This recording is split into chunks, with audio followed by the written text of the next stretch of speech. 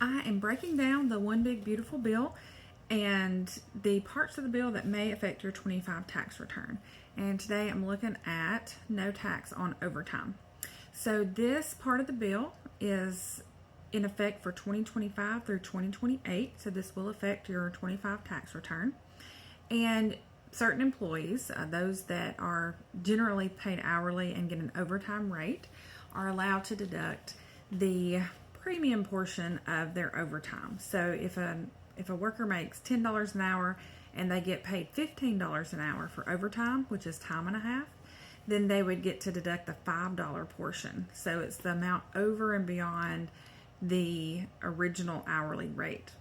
So the max that can be deducted is $12,500 for single, or $25,000 for joint returns.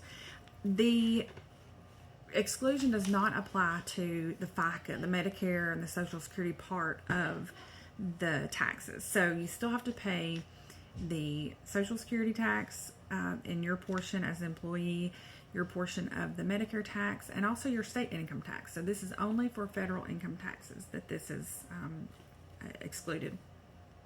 The phase out starts at $150,000 for single and at $300,000 for married filing jointly. It does start to phase out. Your allowed deduction starts to phase out after that.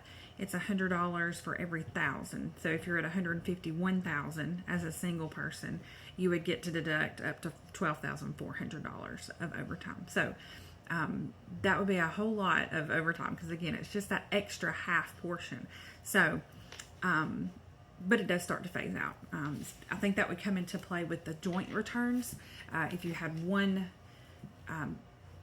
spouse that was paid salary, or maybe didn't have any overtime, and then another spouse who was paid hourly and had some overtime. So I think that might come into play then. But you do not have to itemize to take this deduction. It is above the line deduction.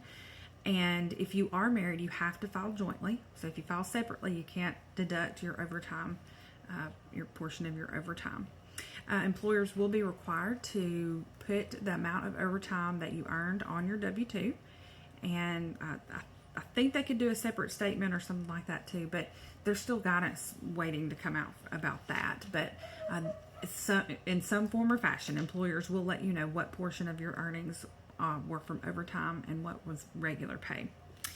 So I pulled a client as an example, one that I knew off the top of my head had worked a ton of overtime in 2024. So I looked at his W-2, and it was a married filing jointly tax return.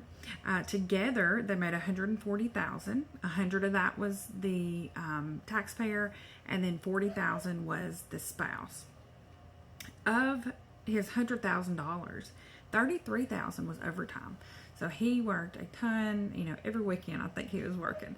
But he may have, some of that may have even been double time if it were holiday pay, because I know where he works, they do holiday pay. So the one half portion of that overtime was $11,274. So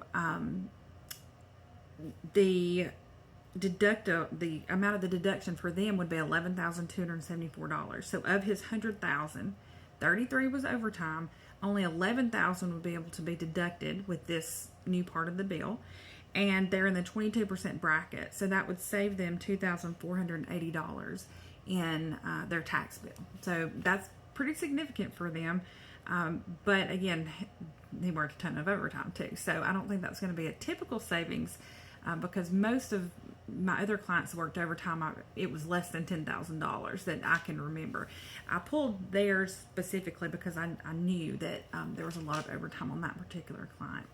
So again, it's only the half portion. It's 2025 through 2028. So this is not just a 1 year thing. It will be on your tax return the next one that you file for 2025. You've got to file jointly if you're married. There are phase outs. Starts to phase out at $150,000 for single and $300,000 for jointly.